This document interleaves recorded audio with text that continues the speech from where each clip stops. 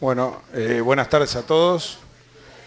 La idea de la presentación y de, en realidad, proponer a Cotriba, cuando lanzó la idea del seminario, de poder participar y hacer una presentación de nuestra visión en relación a estos programas de tenencia responsable y bienestar animal, tiene el objetivo de intentar, desde nuestro rol, que es un rol que nosotros entendemos esencial en estos programas, desde el rol del médico veterinario que se dedica a los animales de compañía cotidianamente y a atender la salud de los animales de compañía, desde nuestro rol, no solamente la visión de lo que nos parece debería suceder, sino intentar comprender algunas cosas que a veces en la expresión de las políticas públicas no logran comprenderse o no logran visualizarse, básicamente y en gran parte o en gran medida porque los médicos veterinarios somos bastante poco operantes para comunicar las cosas.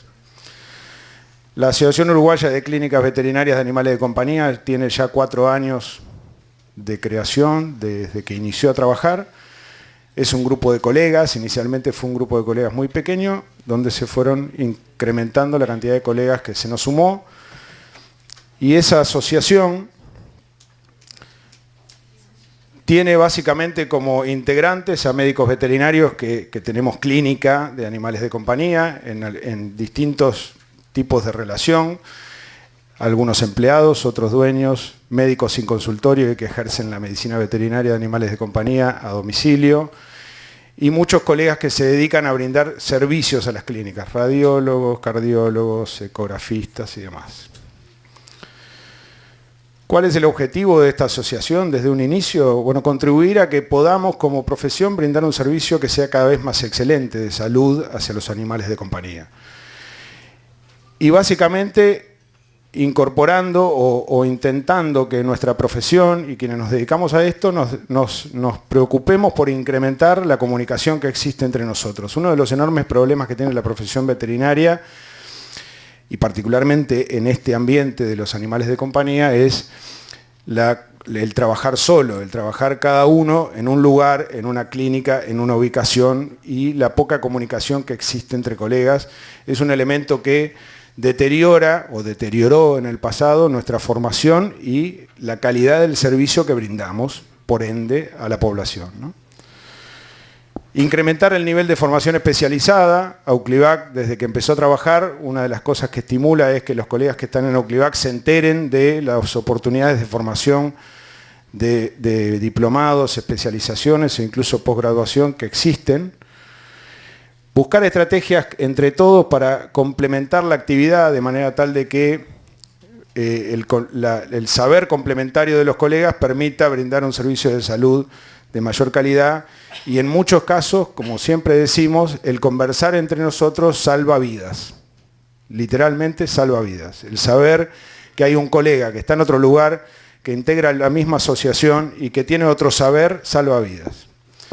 El dialogar con las autoridades fue una cosa que no las teníamos como un objetivo al inicio, pero claramente se sumó por una cuestión de la coyuntura. En el momento que empezó en el 2015 toda la discusión en el marco de las modificaciones que se previeron en la Ley de Bienestar Animal, de pasar de la CONAOBA, del Ministerio de Educación y Cultura hacia el Ministerio de Ganadería, bueno, un poco nos vimos medios que impulsados a participar de esa discusión y terminamos involucrados en toda la discusión que significó la implementación del Registro Nacional de Animales de Compañía y demás, ¿no? Eso también nos estimuló de alguna manera, bueno, a darnos cuenta que nuestro rol como veterinarios de animales de compañía claramente no solamente es esencial, sino que requiere que pongamos un poco arriba de la mesa nuestro enfoque y cuál es justamente la importancia de ese enfoque y la importancia de nosotros dentro de esa cadena como eslabón de esa cadena, ¿no? Lógicamente mejorar la comunicación con la comunidad, y un punto que no teníamos o que teníamos muy disperso en nuestra cabeza, es que hay un montón de colegas que necesitan apoyo en esto de trabajar solos, en una veterinaria en Montevideo o en la Costa de Oro o en Pando o en donde sea. Bueno, esto de trabajar solo, el poder comunicarse y el poder apoyarnos incluso resuelve cosas que no son vinculadas al ejercicio diario, sino más bien al tipo de trabajo que hacemos. La medicina veterinaria de animales de compañía en Uruguay no es la medicina veterinaria de animales de compañía que yo conocí hace 10 años. Es una medicina para animales de compañía que cada vez tiene más respuestas, cada vez tiene más profesionales formados y cada vez hay más soluciones para las patologías que vemos cotidianamente y para los problemas de salud que sufren las mascotas. El Uruguay tiene estas características, no las impusimos nosotros. El 52% de la población está acá en el área metropolitana y no está en otro lado, y por ende las clínicas también están alrededor de esta área. Quiere decir que hay zonas del país donde la atención veterinaria claramente está a no una corta distancia y está muy poco accesible. El otro dato que a mí me pareció muy interesante y me pareció interesante para entender también estos temas y para tenerlo presente para manejar es que nosotros tenemos una población donde hay un 24% de pobladores en el país y muchos de esos tenedores de mascotas que vivieron otro mundo, no otro Uruguay, otro mundo y otra relación con la mascota. Cuando yo empecé la facultad en el año 92 no se vendían comidas para mascotas. Hoy hay un porcentaje altísimo de las mascotas que comen todos los días ración balanceada. Y eso lo tenemos que entender porque también determina lo que es capaz de entender el interlocutor en relación a la tenencia responsable del bienestar animal y demás, ¿no? Los servicios de salud veterinarios en Uruguay están, si bien están en crecimiento y están en ganando terreno y logrando mejores niveles de inversión en equipamiento y demás, todavía hoy son muy carentes. Tenemos un hospital en la Facultad de Veterinaria, está puesto con signos de interrogación porque un hospital que no trabaja 365 días al año, las 24 horas, por definición no sería un hospital. Y la Facultad de Veterinaria tiene un horario restringido, más bien funciona como una policlínica y hoy recién estamos resolviendo la posibilidad de internar animales en la facultad.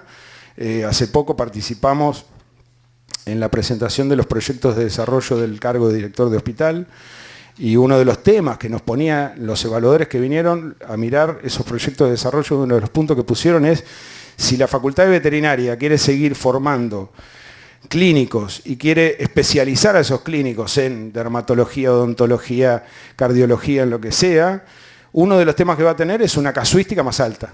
Repartiendo 10 números, no se puede formar un cardiólogo o no se puede formar a un dermatólogo. Claramente eso es un tema que vamos a tener que resolver. Sí, en Montevideo puse de 3 a 5 porque nosotros tenemos la manía de no documentar las cosas y por lo cual todas empiezan a ser estimadas.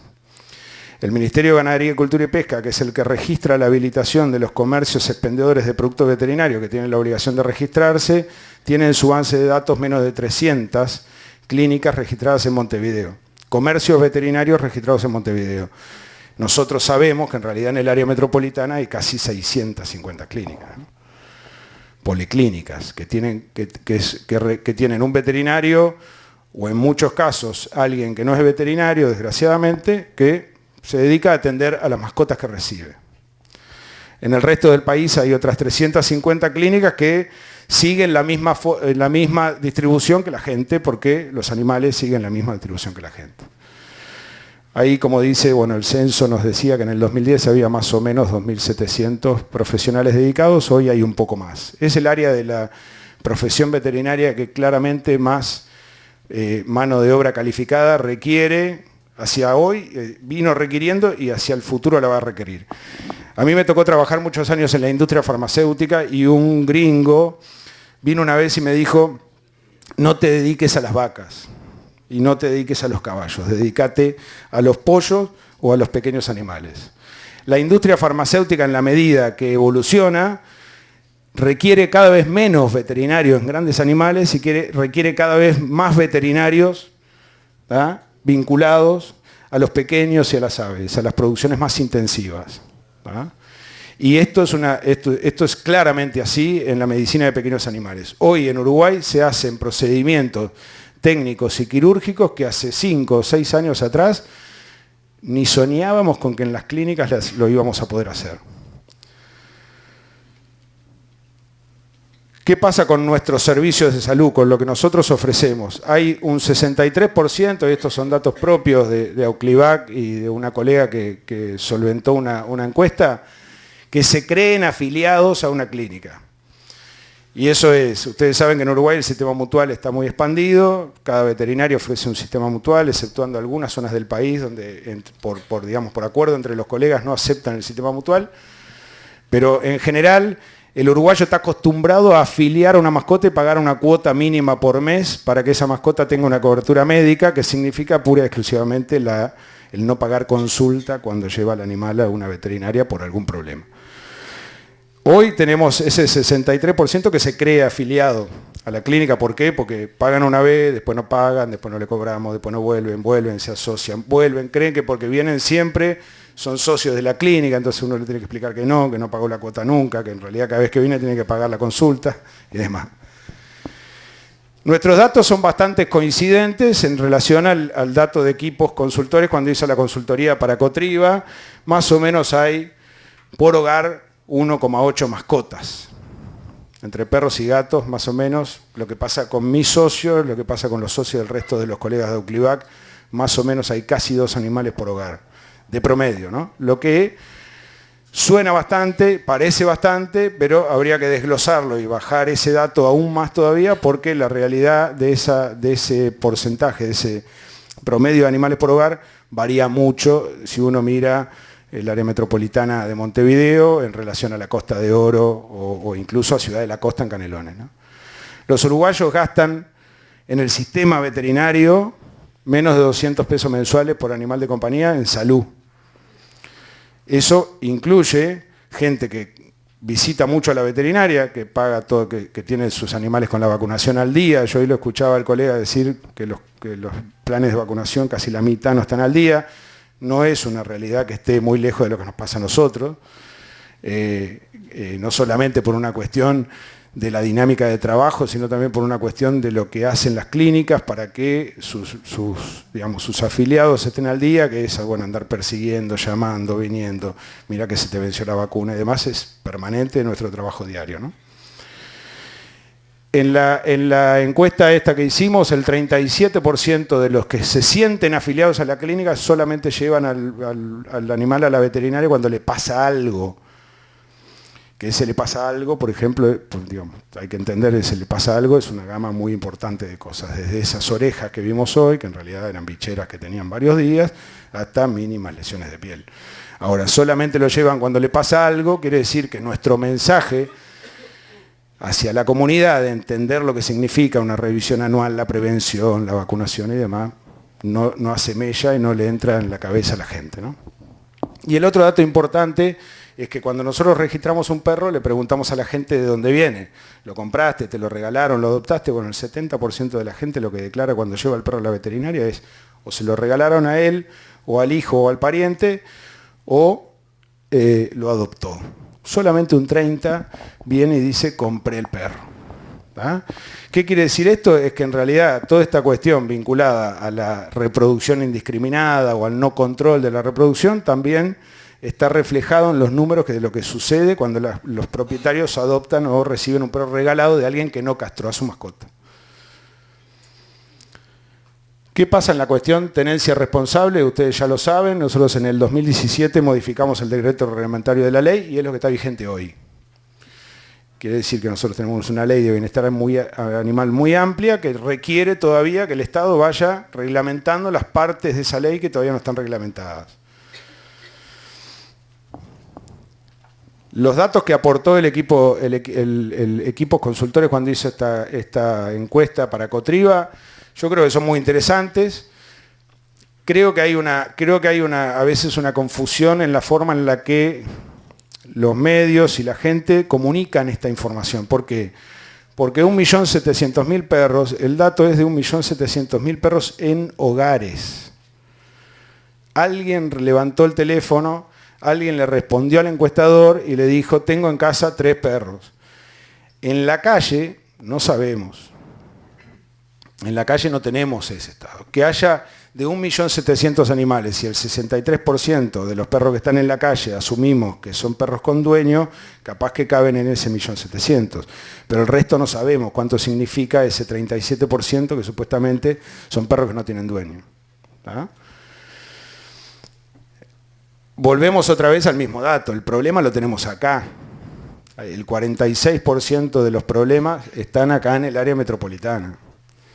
Es cierto que hay problemáticas puntuales como pueden ser perros atacando animales de producción y demás, pero eso son problemáticas puntuales.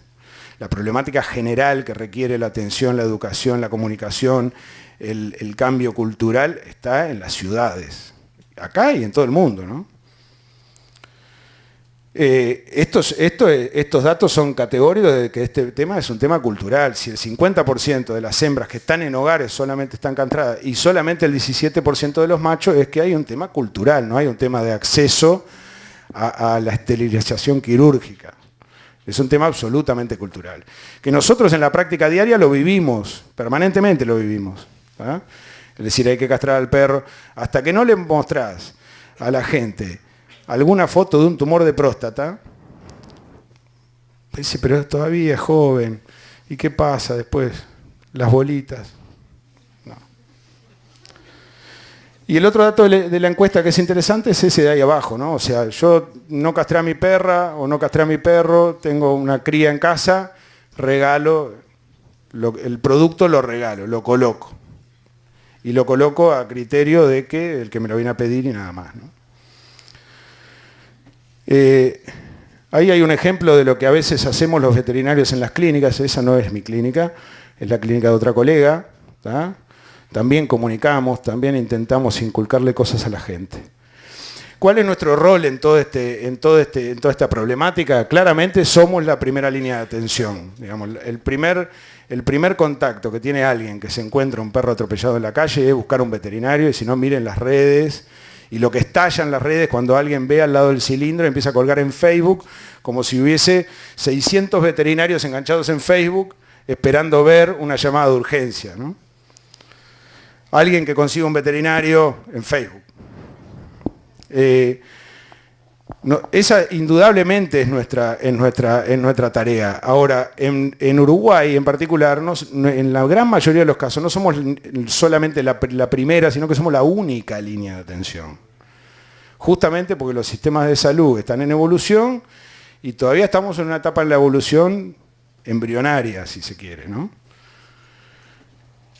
Nosotros, ¿cuál es nuestra tarea principal, nuestro rol en esto? Indudablemente que es intentar indicarle a la gente qué combina con qué. O sea, si tu hogar es redondo, no lleves una mascota cuadrada porque no va a entrar nunca, ¿no? Esa es nuestra tarea, una de nuestras tareas, indudable, por una cuestión del conocimiento del saber, del haber estudiado, del haber visto. Yo a veces me río de los análisis sobre perros potencialmente peligrosos, porque a mí, en todos mis años de ejercicio, los únicos perros que me mordieron pesaban menos de 7 kilos. Pinche chihuahua, dijera. Indudablemente que para que podamos cumplir ese primer rol, lo primero que tenemos que hacer es hacerle entender a la gente la importancia que tiene comunicarse con el veterinario antes de comprar o adquirir un perro, ¿no? Difundir conceptos de tenencia responsable y bienestar animal, prevenir en salud y asesorar nutricionalmente. Hoy vemos una cantidad enorme de patologías vinculadas a la nutrición. Acompañar la relación creada entre el tenedor. Yo tengo pacientes con los cuales he estado en el momento que literalmente los he tenido que poner a dormir porque no había alternativa y me quedé en una especie de pequeño digamos, funeral donde nos quedamos, donde el vínculo que uno tiene con su paciente y con los propietarios del paciente hace que y también se nos caiga y se nos piante un lagrimón, digamos, ¿no? Acompañamos esa relación desde el día cero que lo llevan y en general esa relación se vuelve absolutamente estrecha y nosotros somos, como dice ahí, cada vez más pediatras, cada vez más geriatras y cada vez más psiquiatras. Y es así, por más que, y lo puse entre comillas, por una cuestión de respeto profesional, pero indudablemente que el vínculo que la gente tiene hoy con las mascotas, sin importar el nivel socioeconómico, porque eso también lo vemos en nuestras clínicas, sin importar el nivel socioeconómico, es de un nivel de estrechez que requiere un profesional muy diferente al que me formó a mí en la facultad. Indudablemente en muchos puntos del país somos referentes para los vecinos, ¿no? Tenemos una red de clínicas veterinarias en todos lados. Si en algún momento la Comisión de Zoonosis decía, bueno, pero pará, la Comisión de Zoonosis tiene una red de departamentales en todo el país. El Ministerio de Ganadería tiene departamentales y veterinarios en todo el país. Epa, los veterinarios estamos en cada municipio. No hay un municipio del país que no tenga una clínica. Capaz que hay alguno y se me escapa, pero debe ser uno, el municipio de Tapia, en Canelones, pero el resto tienen una clínica. Más de un profesional de animal de compañía en el municipio. Hay colegas que son referentes locales, hay colegas que han sido alcaldes de municipios del país, colegas de pequeños animales. Por lo cual el veterinario de pequeño animal claramente no es una herramienta esencial, es esencialísima para estas políticas públicas. Si nosotros, como clínicos de pequeños animales, no nos convencemos del programa que pretende bajar el Estado hacia como política pública, y va a haber una cuestión distorsiva. Y un ejemplo fue el chip. No nos comunicamos bien y la gente no se enteró bien. Entonces, claramente ahí tiene que haber una mutuamente, no lo digo por una cuestión de decir, el Estado no me consultó. No, mutuamente. Nosotros también demoramos mucho en sumarnos, en decir, epa, ¿qué van a hacer? Nos relacionamos muchísimo con las autoridades locales. En particular, bueno, en mi caso yo trabajo muchísimo, en el caso de otro colega trabajamos muchísimo con el municipio de Atlántida, que es donde vivimos, con el municipio de Parque del Plata, donde tenemos las clínicas, y acá en Montevideo pasa un poco lo mismo. ¿Ah? Comisiones de tenencia responsable, comisiones vecinales, trabajamos mucho con ONGs y grupos animalistas, con instituciones educativas locales. Muchos tenemos programas de responsabilidad social empresarial, porque como también leímos los libros de marketing y 2x3 nos mandan algún colega de la industria que viene y nos da una charla de cómo ordenar las bolsas de comida para vender más. Ahí hay también una línea donde decimos, bueno, pero pará, no sos un veterinario y al mismo tiempo sos un empresario y te corresponde hacer algo por la sociedad. Muchos tenemos programas de responsabilidad social empresarial, o como quieran llamarle, yo lo digo, es parte de nuestro trabajo. Por ejemplo, en la clínica, 2 veces por semana se castra un animal a los costos del tratamiento antibiótico postquirúrgico y nada más. O sea, el costo de la cirugía es 0 para un perro o perra, gato o gata.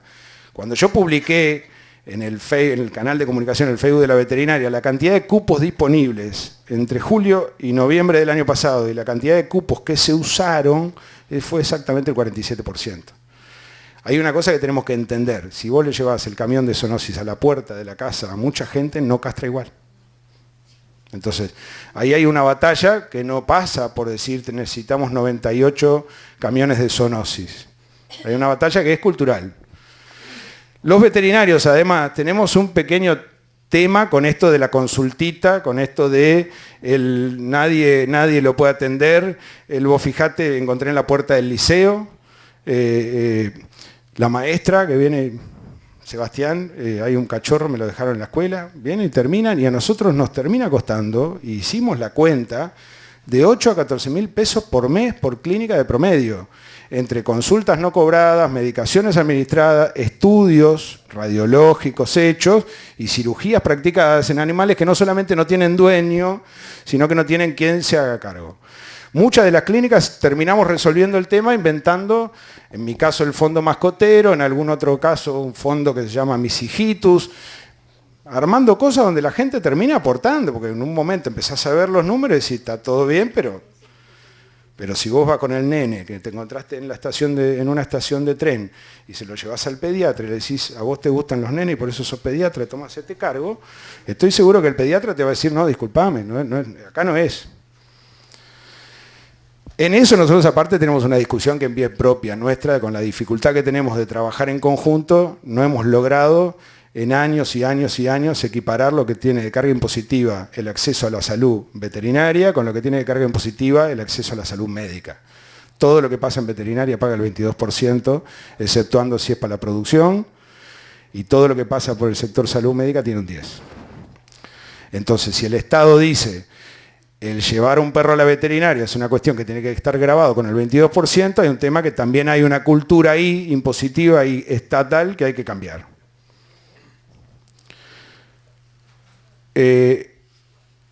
Entramos en un capítulo que es pensar en tirar algunas ideas. Yo creo que hay muchas que lógicamente están planteadas desde antes. A mí me parece que no hay forma, a nosotros nos parece que no hay forma de lograr resultados ciertos si no municipalizamos las acciones, si no trabajamos en el territorio y en cercanía.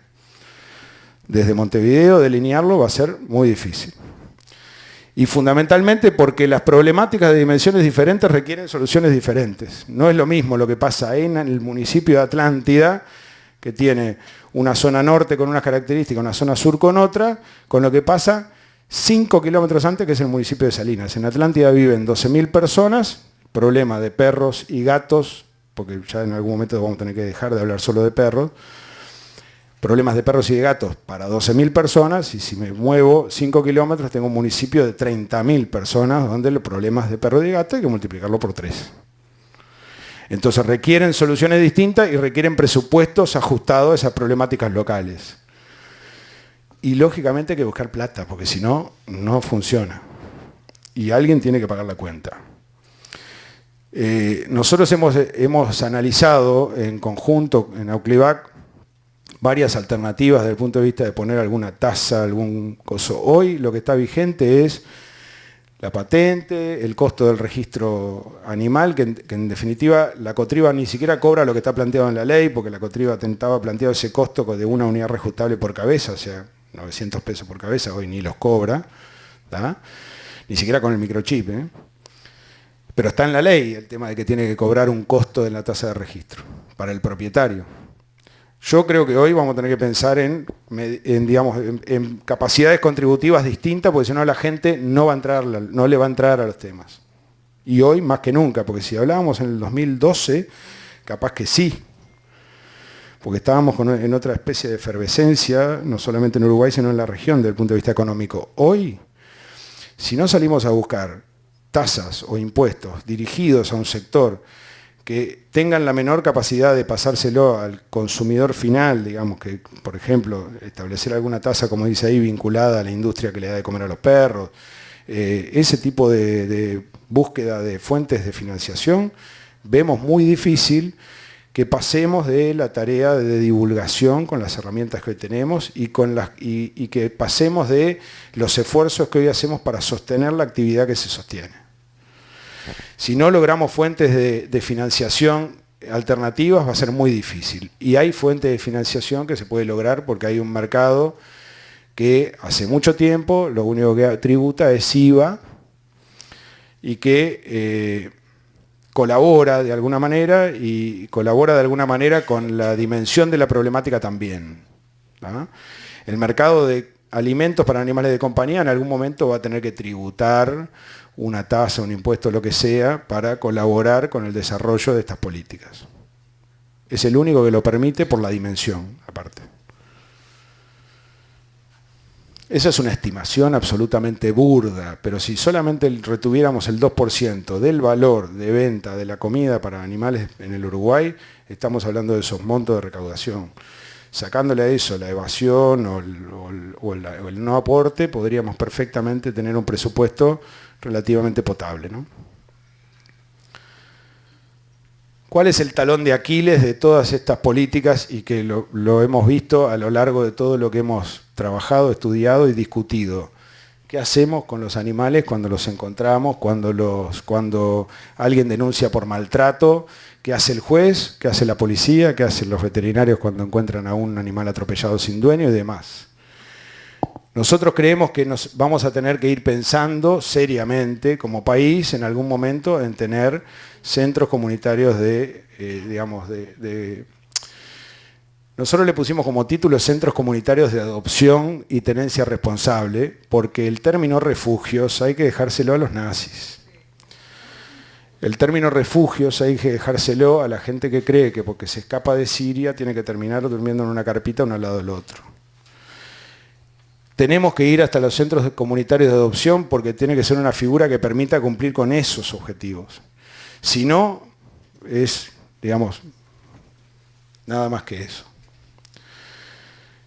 Hoy tenemos herramientas como el tercer nivel de gobierno, que es el que permite que sepamos mucho más, como hoy reclamaban algunos, sepamos mucho más cuál es la realidad de cada lugar. Es relativamente más sencillo. Si yo con mis colegas del municipio de Atlántida identificamos, vemos cómo es el lugar con la Codetriva y con el municipio propio, saber cuál es la problemática, dimensionar una respuesta para esa problemática, ¿no?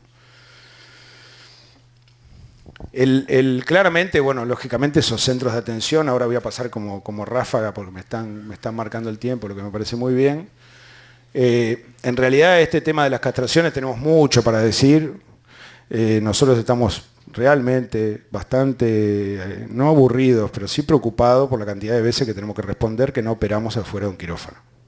Sea móvil o no, pero no operamos, así sea una castración de un perro macho, afuera de un quirófano.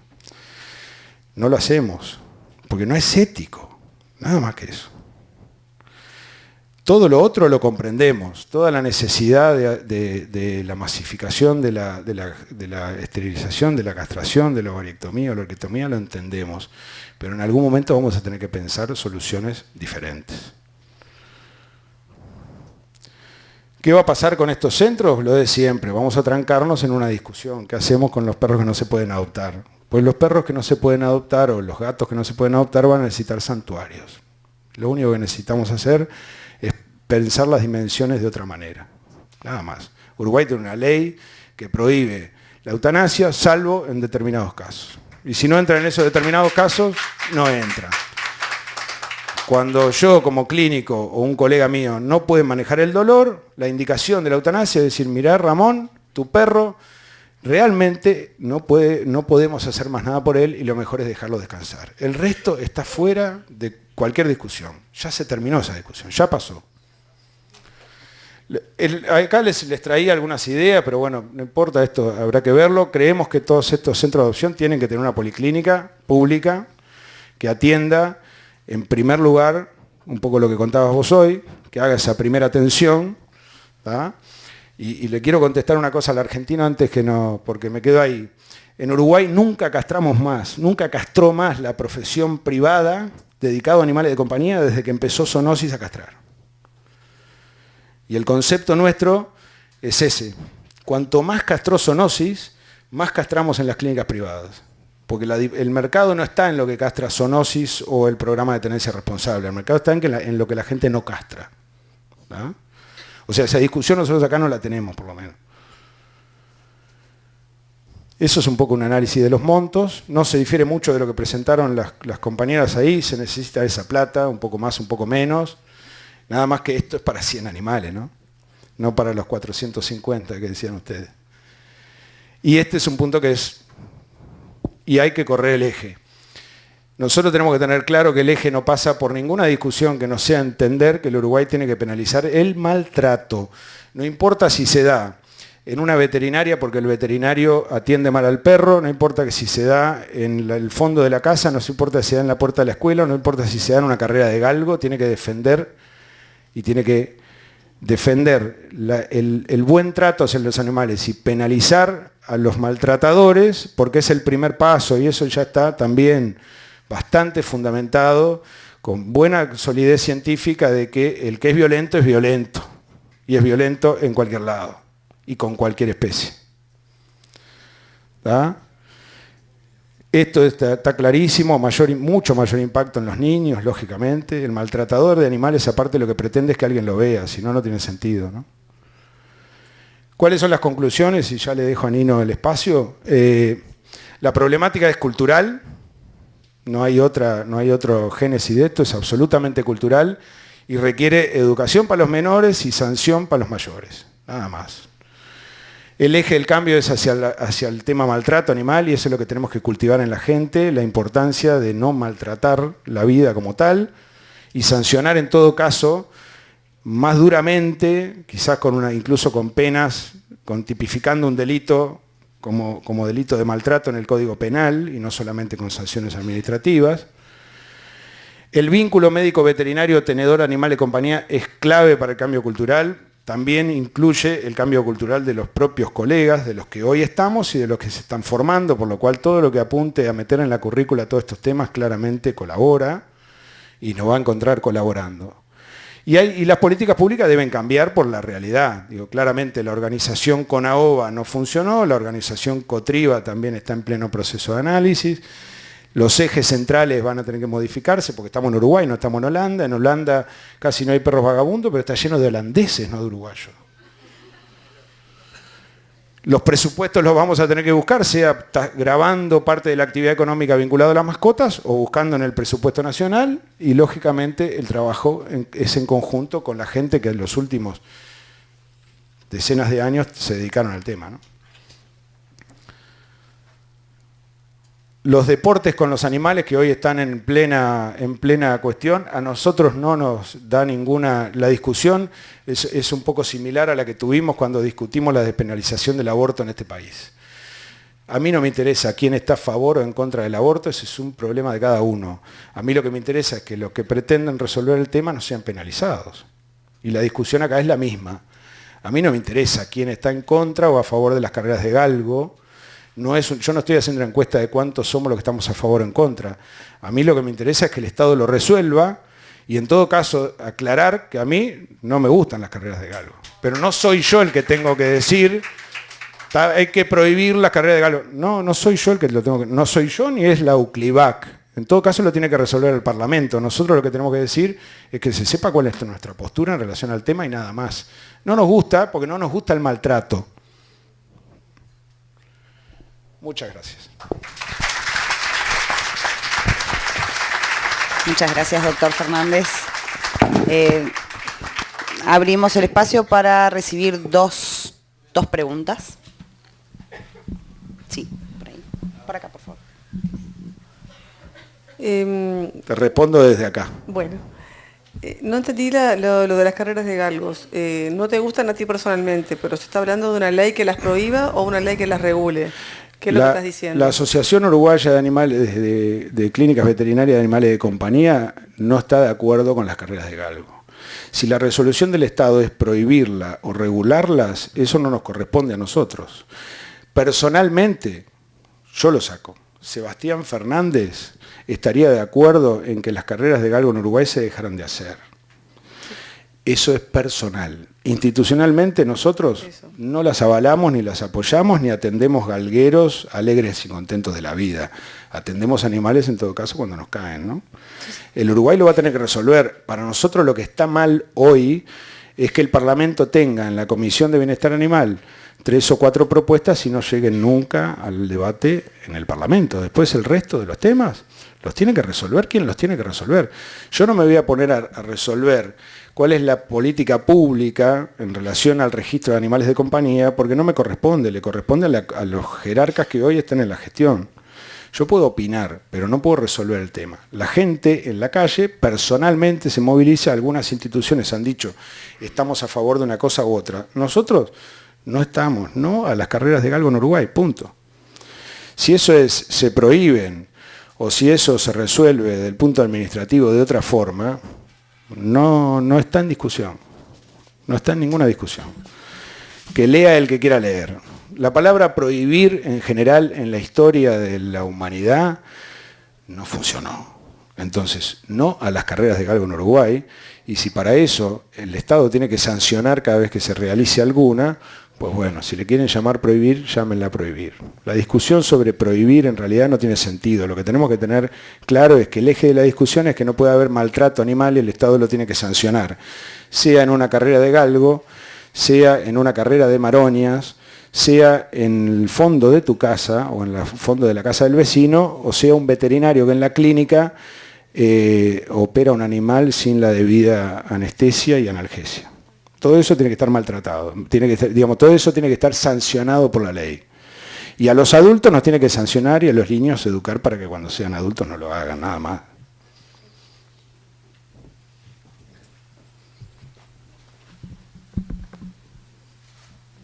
¿Nadie más? Nadie más. Muchas gracias, doctor.